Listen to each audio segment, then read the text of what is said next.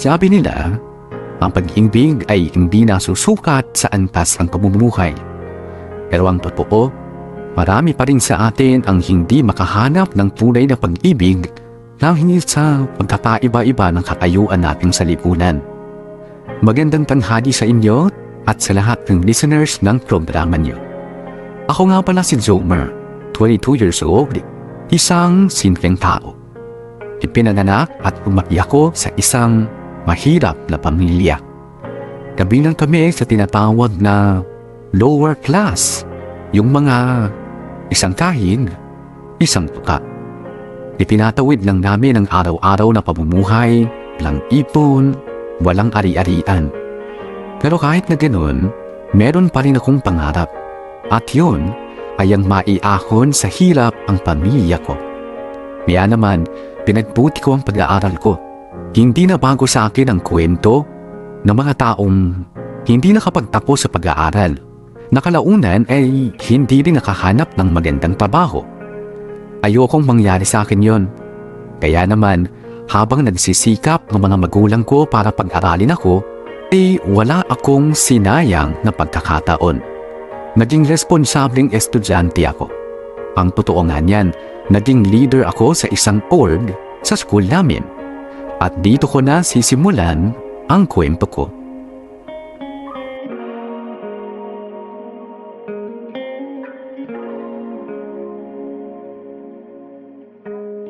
That's all for today, class. I'll see you next meeting. Bye! Ingat kayo, ha?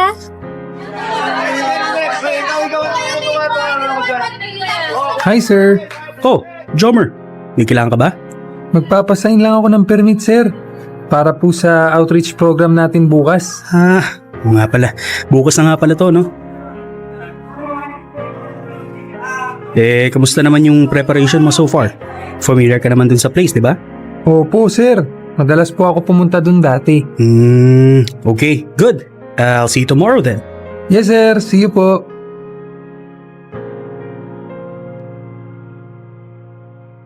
Kuya, dyan na lang sa tabi. Ito po bayad. Jomer! Tol! Uy, aga mo ah. Hindi, kakarating ko lang din. Yung iba nating kasama, nandito na ba? Oo. Tara, puntahan na natin. Hi, guys. Tol, Hi, Jomer. Hi? Ay, oo nga pala, Jomer. May bago tayong volunteer, si Desiree. Desiree, si Jomer nga pala, president ng outreach org natin. Hi, Desiree. Hello. Welcome sa org. Thanks. By the way, guys, kamusta? Mukhang maraming beneficiaries na pumunta ngayon ah. Kaya ba nating accommodate sila lahat? Palagay ko naman oo. Baka kapusin nga lang tayo sa paper plates. Pero may fund naman tayo pambili, ano? Oo, meron naman. Good. Desiree, Yes? okay lang ba na makisuyo sa'yo? Sure. Pwede ka bang mautusan na bumili ng extra paper plates para lang may reserba tayo? What? Ako? Bibili ng paper plates? Oo. Malapit lang naman yung convenience store dito eh. Okay lang ba? Fine. Teka, wait. Lyra, pwedeng pabawas muna kami sa fund pambili ng paper plates. Sure. Teka, kunin ko lang yung wallet ko. No need. Ako nang bahala. May pera ako. You sure? Yes, gotta go. Balik na lang ako agad.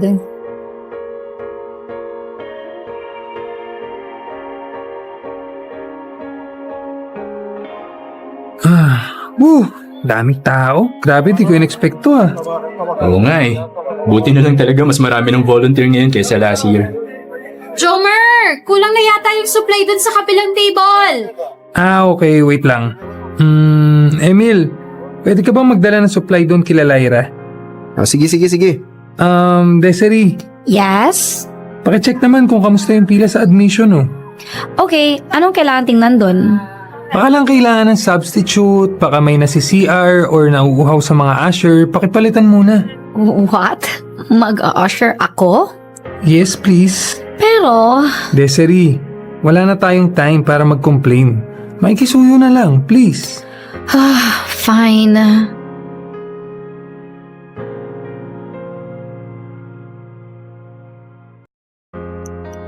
Ay, Sa wakas, natapos din ang event. Salamat sa inyo guys ha. Wala yun. Anytime, tol. No problem. Wait lang ha, magko-compute lang ako ng mga expenses natin today. Punta lang ako saglit sa van. Ay wait, sama na ako. Kukunin ko na yung mga garbage bag para makapaglinis na rin dito. Sige, sige. Ako, tol. Kailangan ko nang mauna. Sorry, kailangan ako sa bahay. Uy, sige, ingat ha. Salamat, tol. Kita-kits na lang sa school. Dami lilinisin ah. Desiree, wala ka naman gagawin na ano? Wala na. Kunin mo yung walis at dustpan. Umpisaan mo ng walisin itong mga kalat para hakutin na lang ni Emil pagbalik. I'm sorry, what? Sabi ko, umpisaan mo ng walisin yung mga kalat. I know, pero hindi ka ba marunong magsabi ng please? Okay. Please? Okay, from the start. Ano? Say it again from the start with please. Desiree, pareho lang tayong volunteer dito. No, hindi tayo para yung volunteer lang dito. Kaya you better know kung sinong inuutusan mo. Teka. Sorry ah. Sorry kung hindi kita kilala. First time mo palang mag-volunteer, di ba? Oh, Bakit hindi ikaw magpakilala sa akin? yabang ah. Kung ayaw mo, di wag. Isa lang naman ang family ko sa mga donor para sa outreach na to. Okay, so? Anong so? Hindi mo na gets? Donor ang family ko dito. Donor. Nag-donate ng fund. Oo, alam ko ibig sabihin ng donor. Yun naman pala eh. Pero hindi ibig sabihin nun, exempted ka na sa mga gawain. Lalo kung isa ka sa mga volunteer.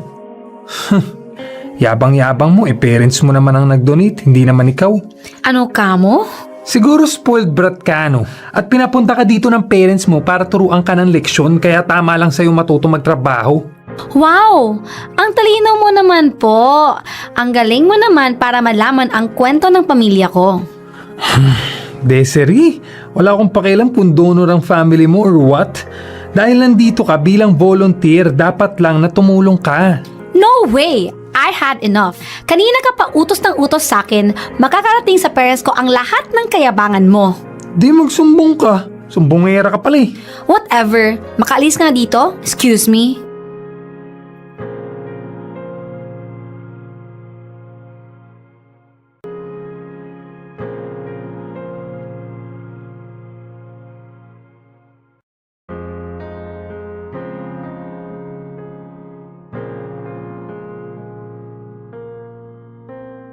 Dito ko na nga ipapakilala sa inyo si Desiree, ang babaeng bumago ng patbo ng buhay ko. Dati-dati, maayos ako nakikipag-participate sa mga outreach programs ng school. Pero nung dumating si Desiree, nagulo ang payapa kong mundo. Magkaiba kasi kaming dalawa. Chico at Bea, actually, complete opposite kami. Ako, galing sa mahirap na pamilya. At si Desiree naman, lumaki nang inihahain sa kanya ang lahat ng gusto at pangangailangan niya. Hindi niya nararanasan ang manghiram ng mga susuotin sa school, ang manghingi ng papel sa katabi o gumawa ng promissory note tuwing paparating na ang exam. Samantalang ako, nakapasok lang sa university dahil sa scholarship. Kung titignan ang agwat ng pamumuhay namin, malabong-malabo na magkalapit kaming dalawa. Pero doon ako nagkamali dahil nga naging active si Desiree sa pagsali sa outreach org ng school, kaya naging madalas ang pagkikita namin. Hindi kami naging magkasundo nung una kasi nga ako ang tumatayong leader ng school at si Desiree naman hindi sanay ng nauutusan o pinapangunahan. Pero kalaunan ay unti-unti ring kumaan ang loob namin sa isa't isa. Pareho kasi kami ng mga hiling sa buhay. Pareho naming gusto na makatulong sa mga taong nangangailangan sa abot ng makakaya namin.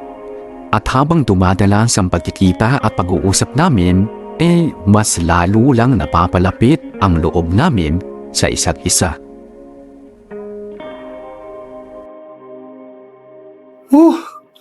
Bad trip. May aabutan pa kaya ako?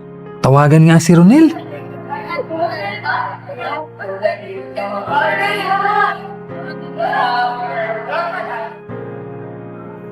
Tol. Tol, nakakila Desiree pa kayo? Oo, saan ka na ba? Naharang ng classmate eh. Late na nakasibat. O sige, bilisan mo para maabutan mo pa kami. Okay. Update na lang. Sige.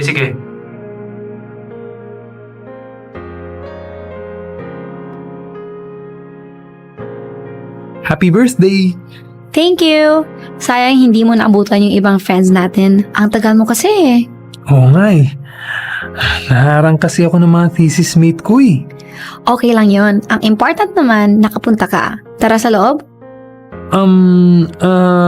Okay lang. Hindi ba nandyan parents mo? Oo, pero mabait naman yung mga yun. Huwag kang mag-alala. Sige. Ma, Pa, si Jomer po. Oy, hi! Ikaw pala si Jomer. Nice to finally meet you. Kilala niyo po ako? Oo naman. Madalas kang maikwento sa amin ni Desiree eh. Talaga po. Hoy, baka lumaki yung ulo mo ha. Natural lang na maikwento kita sa kanila. Lahat naman nakakasama ko sa outreach, kinukwento ko eh. O siya, umupo ka na Jomer. Sabay-sabay na tayong kumain. Sige po.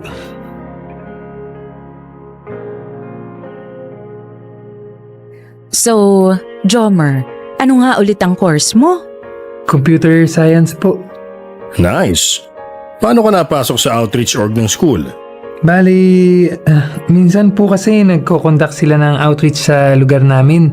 Tapos nagulat ako na nakita ko yung prof namin doon, si Sir Francis. Kaya nagtanong po ako kung paano sumali sa org. I see. Nice. Gaano ka nakatagal sa org? Second year po, so 3 years na. Kung tama ang pagkakatanda ko sa kwento ni Desiree, ikaw ang president ng org ngayon, tama? Opo. So, paano mo nababalanse ang paghawak sa org at sa ACADS mo? Hindi ko rin po alam eh. Pero siguro time management lang po. Ikaw ba may girlfriend na? Naku, wala pa po. Wala pa po akong time para dyan. Tama lang naman yan.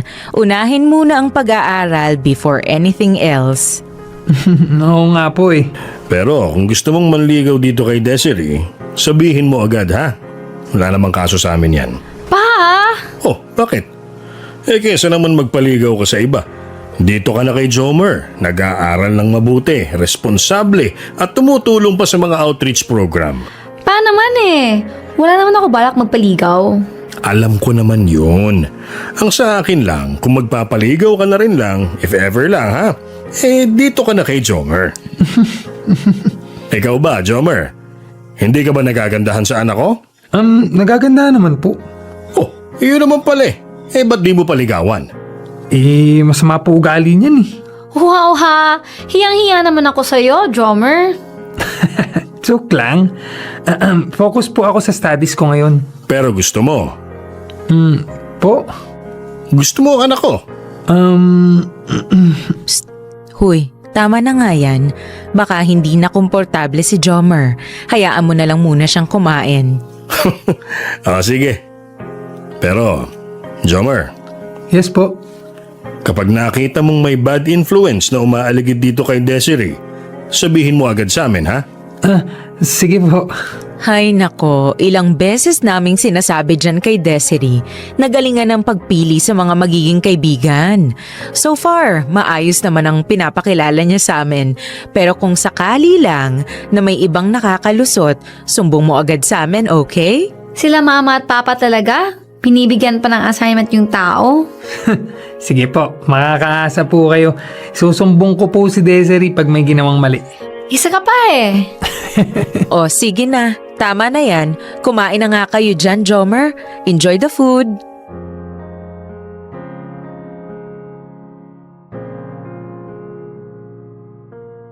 Medyo nagulat ako noong nakilala ko ang pamilya ni Desiree.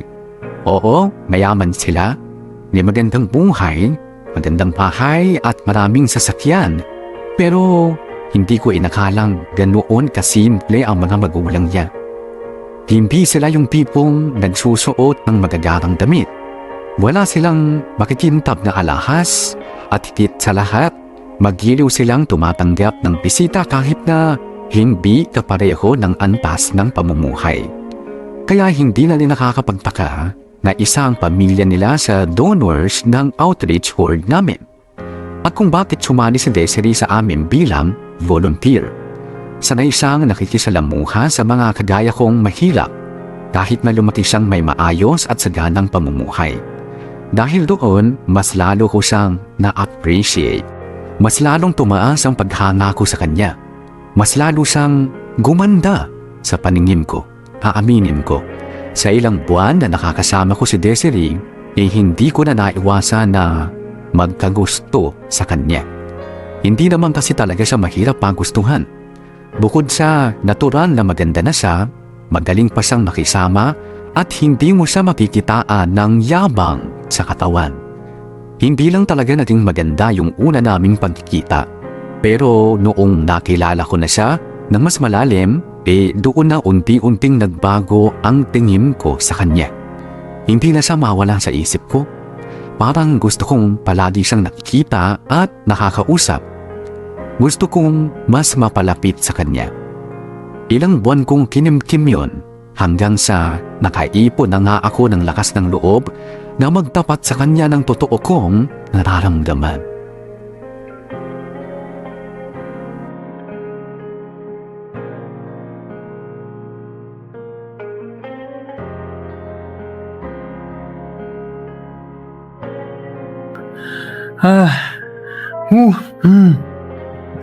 Grabe Kabadong-kabado ka tol Oo nga eh. Iba na talaga pag in love no? Kahit lider-lideran ka sa school, tutubuan ka talaga ng daga sa dibdib Oo. Sa palagay mo, hindi kaya magugulat si Desiree kung bigla akong aamin na may gusto ko sa kanya? Ewan ko. Pero feeling ko naman may idea na siya na gusto mo siya. Talaga? Feeling ko lang yun Hindi pa ako sure doon. Pero mukha namang may gusto din sa'yo si Desiree. We, paano mo nasabi? Kasi di ba, palagi kayong magkasamang dalawa. Tapos madali mo siyang napapatawa. Samantalang dati ang sungit-sungit nun. Ay, Huwag kang mag-alala tol. Malaki pag-asa mo dun kay Desiree. okay. Ano, tara, punta na tayo sa building nila. Tara. Ayun na siya tol Mag-isa lang. Lapitan mo na. Kinakabahan ako. Natural lang yan. Alam nga naman magpatalo ka sa kaba mo. Go na! Sige. Good luck, tol! Galingan mo,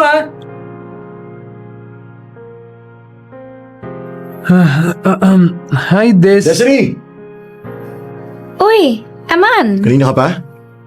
Hindi, sakto lang. Sorry natagalan. Tagal kasi matapos ng rehearsal No, it's okay. So, paano? Let's go? Tara. Uy, Trumer? Nandiyan ka pala? Hi. May sadya ka ba dito sa building namin? Hindi. Wala naman. Libang sa paglalakad hanggang sa napadpad dito. Okay. Sino to? Ay, oo nga pala, Eman. This is Jomer, President ng Outreach Org. Jomer, this is Eman, maniligaw ko.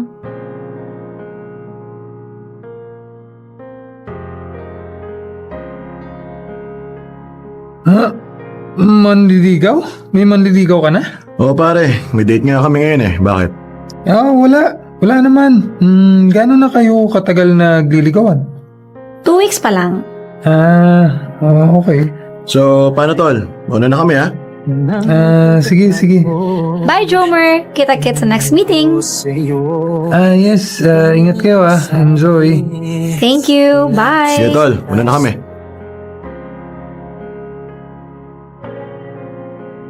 Sanay akong humaharap sa maraming tao. Kahit kailan, hindi ko pinagdudahan ang lakas ng loob ko. Ininalaban ko ang anumang gustuhin ko sa buhay.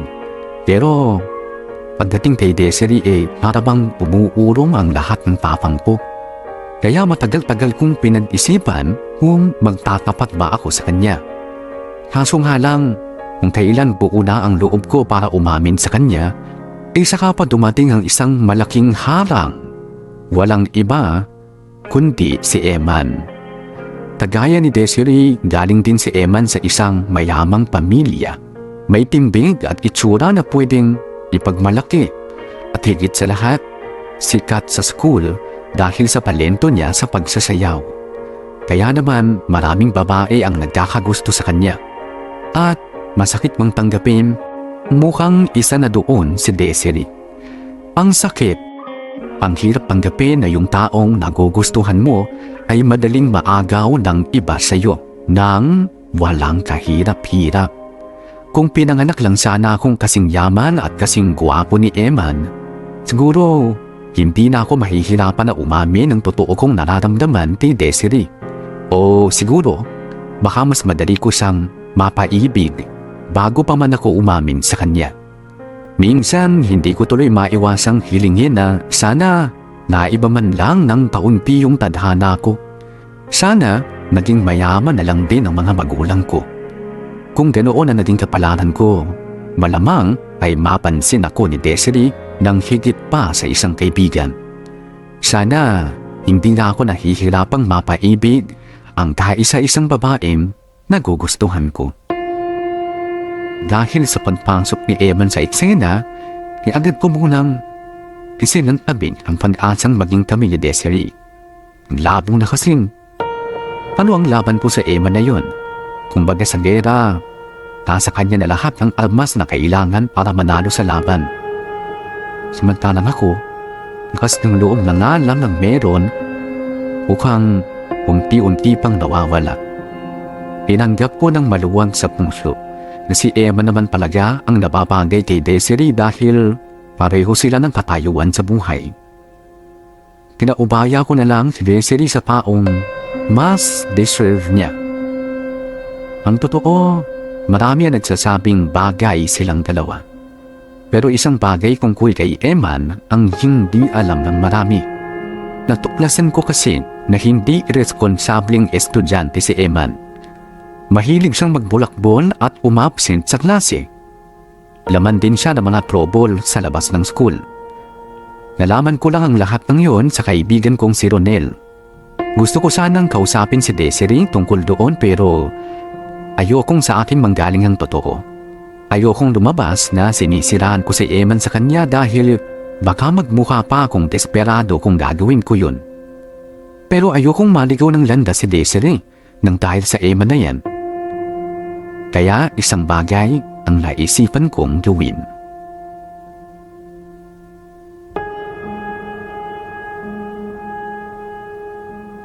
Again, I would like to thank you guys for raising such a huge amount of money para sa ating fund. Congratulations! Thank you, sir! Next meeting, bigyan niyo ako ng report para sa magiging susunod na beneficiaries ng outreach natin. Okay? Yes, sir. Okay, I have to go. Ingat kayo sa pag-uwi. Ingat din, sir! Ingat, sir! So, paano guys? Una na rin kami Update na lang sa mga mapupuntahan yung donors. Ingat kayo na, Emil. Wait, Clara. Oh, bakit? Wala ba kayong balita kay Desiree? Ako, wala. Ikaw ba, Emil? Same course kayo eh. Wala din. Pero last month, madalas siyang makita kasama si Eman. Yung dancer yata yun. Pero nitong mga nakaraan, madalas mag-isa lang siya eh. Ba't mo ba natanong? Kasi 3 magkakasunod na meeting na siya hindi umaattend eh. Sus! Ang sabihin mo, namimiss mo. Yee! Sira. May dapat ba kaming malaman sa inyong dalawa? Wala. Huwag niyong pansinin tong si Ronel. Yan mo, tol. Pag nakausap ko, babanggitin ko na hinahanap ko siya. Sige, salamat.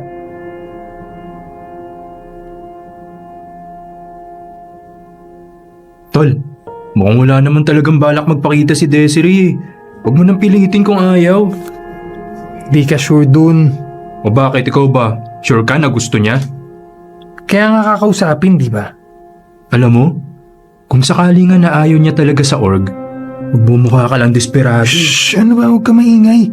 Ayan na siya oh. O edi sige, kausapin mo na. Good luck, uwi na ako. Mabuti pa nga. Desiree. Jomer, Hi. ginagawa mo dito? Um, kakamustahin lang sana kita. I'm fine. Sige na, mauna na ako. Wait, Desiree. Yes. Magkikwit ka na ba sa org? 3 meetings na kasi yung hindi mo na-attendan eh. Oo, mag-quit na ako. Pakisabi na lang din kay sir. Okay. I have to go. Desiree, wait. Ano? Pwede ba kita makausap saglit? Hindi. Bye. Bakit naman? Jomer, just respect my personal space, okay? Ayaw kitang kausap. That's it. Huwag mo na tanungin kung bakit. Wala man lang explanation? Hindi kasi piolo kaya you don't deserve an explanation. Paano yung pinagsamahan natin? Wala na. Anong wala na? Wala na kasi sinira mo na. Ano? Sinira mo na ever since nagsumbong ka kay Papa. Akala mo hindi ko malalaman? Akala mo pwede kang magsumbong na ganun-ganun lang? Na hindi nakakarating sa akin na ikaw yung nagsumbong? Desiree, nagawa ko lang naman yun kasi tumupad lang ako sa usapan namin ng parents mo. I know! Pero dahil sa ginawa mo, pinaglayo kami ni Eman. Bakit ako sinisisi mo? Kung hindi ka lang sumbong, hindi sana malalaman nila Papa, di ba? Teka nga, ba't pa kasi ulol na ulol ka dun sa Emma na yan? Hindi naman good influence sa'yo yan eh. So, sino yung good influence? Ikaw? Wala akong sinabing ganyan. Akala mo kasi, ikaw lang yung okay, ikaw lang yung mabuti, ikaw lang yung good boy. Perfect ka ba? Ha? Perfect ka? May sinabi ako?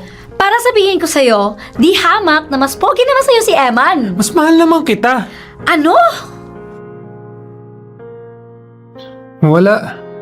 Alam mo, Jomer, okay ka sana eh. Mabait ka naman. Responsible. Bilang president ng org, magaling ka. Saludo nga ako sa'yo eh. Pero wag mo naman sana pakialaman yung personal na buhay ko. Sorry. Di ko naman intensyong sirain kayo ng Emma na yun eh. Ang sa akin lang, nagbitaw ako ng salita nun sa parents mo. Kaya dapat lang na tumupad ako. You could have told me first. O kaya, sana naman binigyan mo ako ng warning na magsusumbong ka kay Papa para nakapag-prepare man lang ako. Ay, sorry na nga eh. Ang dating tuloy sa akin para kang epal, pakialamero. Bakit? Close ba tayo? Hindi ba? Magkasama lang tayo sa org, Jomer. We're not even friends. Okay. Sorry. Masyado lang ako nag-assume. Now you know. I have to go.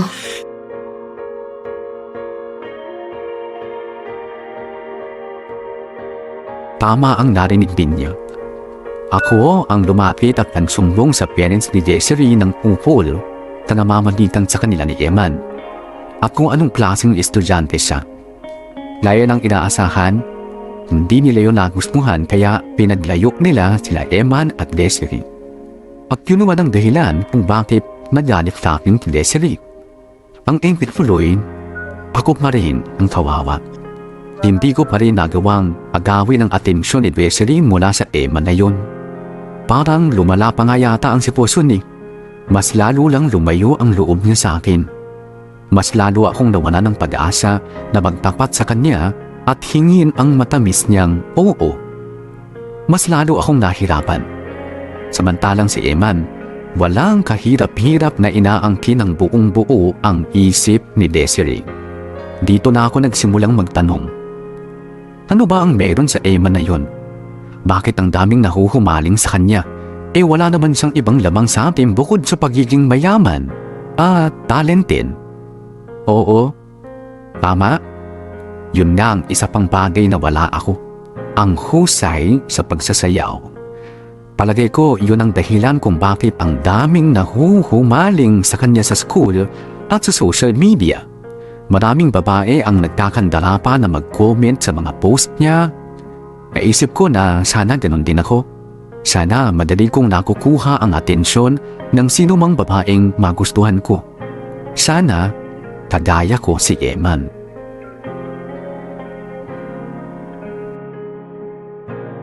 Hoy! Ay, puso ko. Ano ba? Ba't ka ba nangugulat? Ginagawa mo. Pa-practice sumayaw, di ba halata? Nax, dancer ka na ngayon? Inaaral ko nga kung paano eh. Hindi nga, tingin nga nung video mo. Wag na, mga asar ka lang eh. Dali na, para mabigyan kita ng constructive criticism. Wow, ano ka? Judge sa PGT? Ano, papanood mo ba o hindi? Oo na, ito na.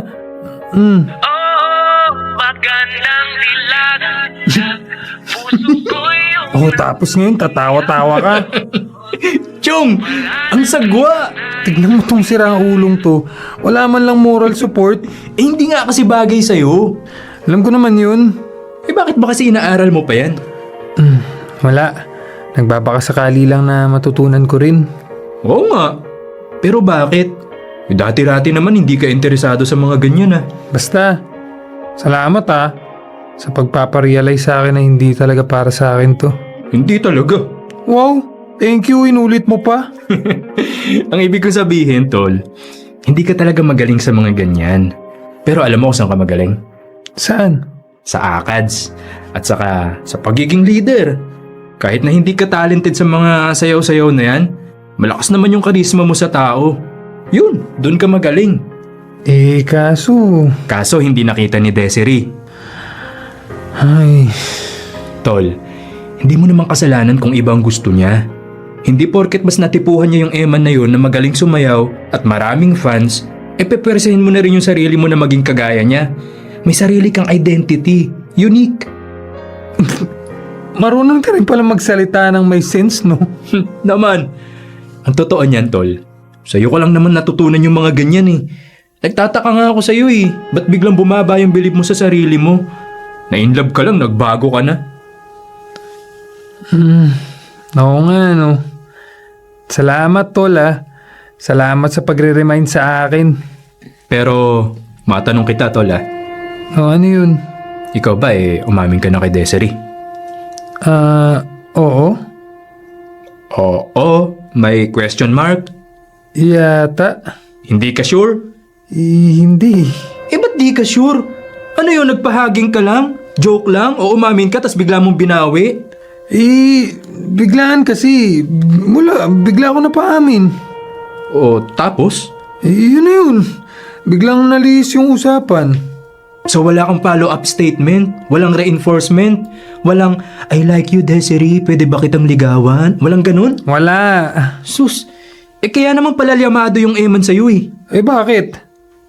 Tignan mo ikaw, todo practice ka ng sayaw dyan para magpa-impress. Samantalang yung Eman na yun, walang ka-effort. Yun na nga yung nakakasama ng loob Kasi siya, umamin na siya. Straight to the point. Nilinaw yung intensyon kay Desiree. Nanliligaw na nga ikaw, wala. Puro kabuelo. Kumbaga sa karera, nasa ready ka pa lang. Si Eman, nasa go na. Paano kung umamin ako tapos ayaw niya pala sa akin, Paano mo nga malalaman na gusto ka niya kung di ka aamin? Di ka makasagot, di ba? Kasi nga, yun lang yung tanging paraan. Ay, sus. Kaya kung ako sa'yo, ibaba mo na yung cellphone mo. Tigilan mo na yung pagpaparami ng mga followers mo dahil wala sa social media ang totoong laban. Nasa puso ni Desiree. Ikaw, ang kapal-kapal ng mukha mo maging leader tapos bahagang buntot mo sa babae. Teka, bakit may biglang pag-atake? Meron talaga. Para matauhan ka. Malaki na yung agwat ng estado ng buhay niyo ni Desiree. Huwag mo nang mas lalong palakihin pa dahil lang sa kaduwagan mo. Tama na muna yung kaka-outreach program na yan.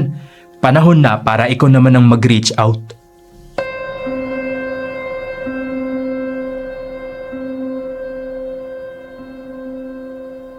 Natauhan ako sa lahat ng sinabi sa akin ng kaibigan kong si Ronel. Ama nga naman siya.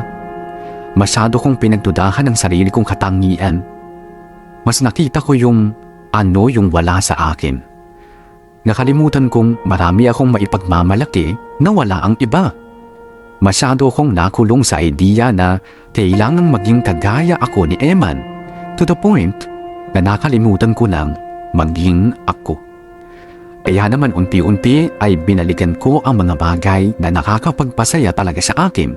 Yung mga bagay na nakakapagpalakas ng loob ko.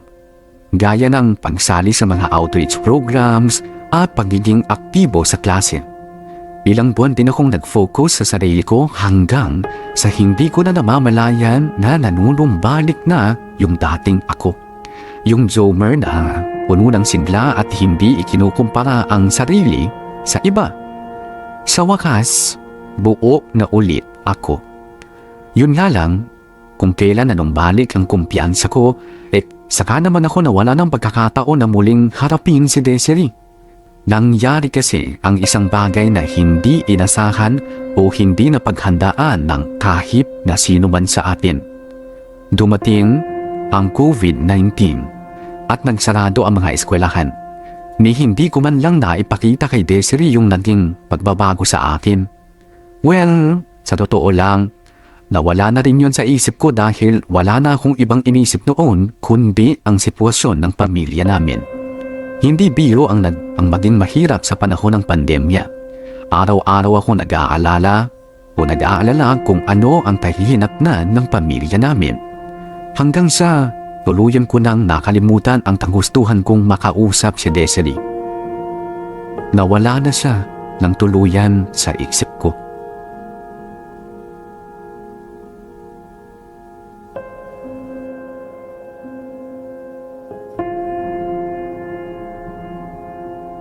Ay, walang magawa. Boring. Teka, matawagan nga si Ronel. Oy, tol. Saan ka? Paalis kami ngayon, tol. May family outing kami. Yabang. Sana all may outing. Sama ka. May entrance fee, ah. Di, wag na. Wala rin akong extra ngayon eh. Bakit ka pala tumawag? Nababagot kasi ako dito sa bahay. O tapos? Yayain sana kita mag-video games. Kaso busy ka pala eh. Ay, oo. Negative ako ngayon, tol. Next time na lang. Sige. Alam mo gawin mo? Punta ka lang sa park. Malay mo, may makasalubong kang chicks. Sira. Sige na. Bye. Mga ano. Sa park na nga lang ako tatambay. Presko pa hangin.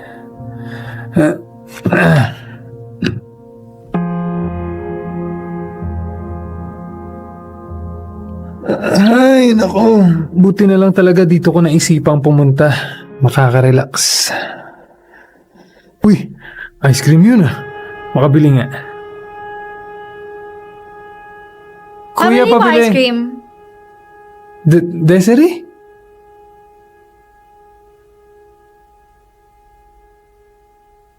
Hi, ikaw pala yan. Ice cream? Yup, ikaw din? Oo ako na bahala. Libre na kita. Uy, first time yan ah. Seryoso ka ba? Siyempre. Okay, hindi na ako tatanggi. Touch move na yan. Oo naman.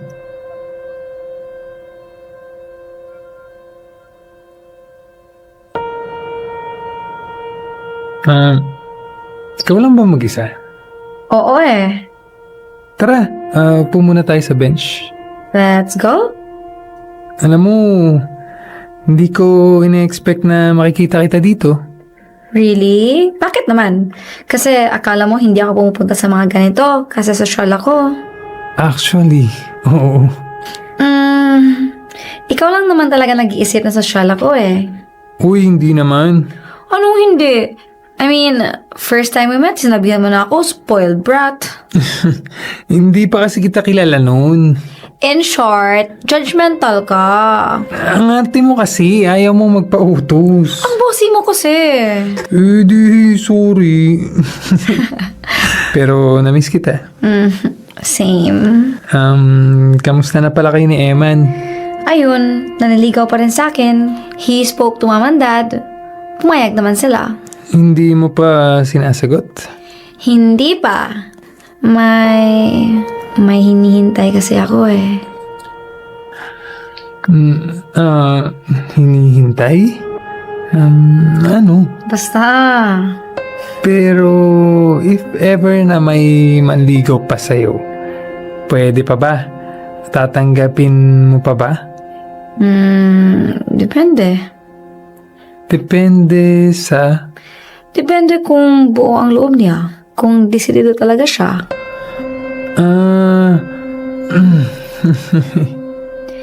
Alam mo, Jomer, hindi naman ako manhid.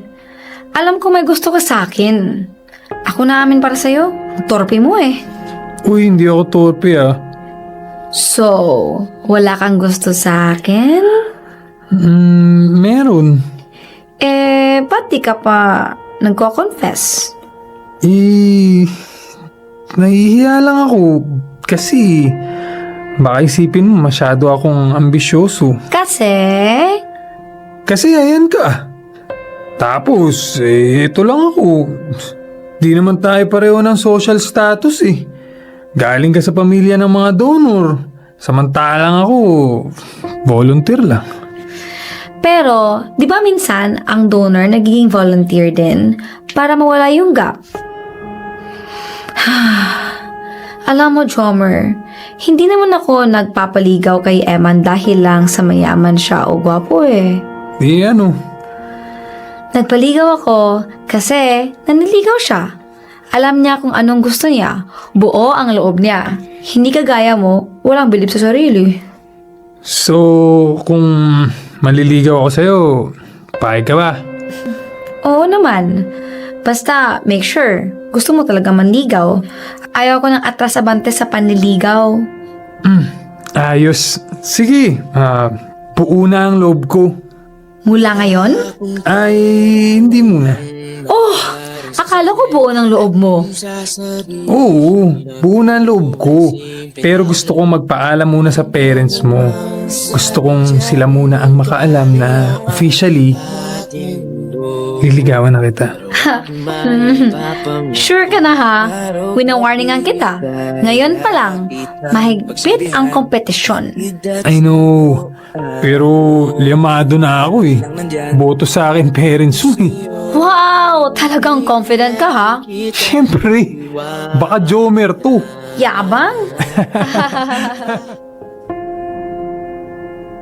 Halos 2 taon ang hinintay ko bago muling makita si Desiree. At nakita ko nga siya sa hindi inaasahang lugar at pagkakataon. Nabago sa mahabang panahon ang pananatili sa bahay dahil sa pandemic, sa wakas ay nagtagpo ulit ang landas naming dalawa. At ang mas lalong hindi ko inasahan, magkakatapat pa pala ako o makakapagtapat pa pala ako sa kanya nang wala sa oras. Sobrang biglaan. Wala sa plano.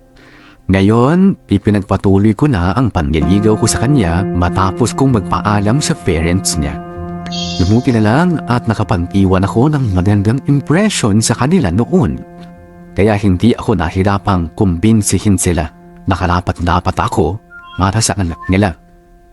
Si Desiree na lang ang kailangan kong kumbinsihin ngayon. Pareho na kami ni Emma na nanliligaw sa kanya. Pero ngayon, may sarili na akong diskarte. Alam ko na hindi ko kailangan maging kagaya ni Eman para mapansin ako ni Desiree. Ang kailangan ko lang ay maging totoo sa sarili ko at sa aking nararamdaman. Ibinahagi ko itong kwento ko kahit hindi pa tapos dahil gusto kong samahan niyo ako sa pag-aabang ng magiging ending ng kwento namin ni Desiree. At isa pa, gusto kong magsilbing inspirasyon ito sa iba. Kadalasan, wala naman talagang social gap pagdating sa pag-ibig. Nauunahan lang tayo ng takot at kaba kaya naibabaling natin ang sisi sa katayuan natin sa buhay. Hindi ko sinasabing palaging may happy ending, pero isipin nyo, ang daming nagkatuluyan na magkaiba ang antas ng pamumuhay at ang dami ring nanggaling sa parehong estado ng buhay pero hindi nagkatuluyan. Wala talaga sa yaman o sa social status yan. Nasa laman ng puso yan. Basta busilak at sincere, paniguradong may kahahantungan ang pagmamahalan ng dalawang tao.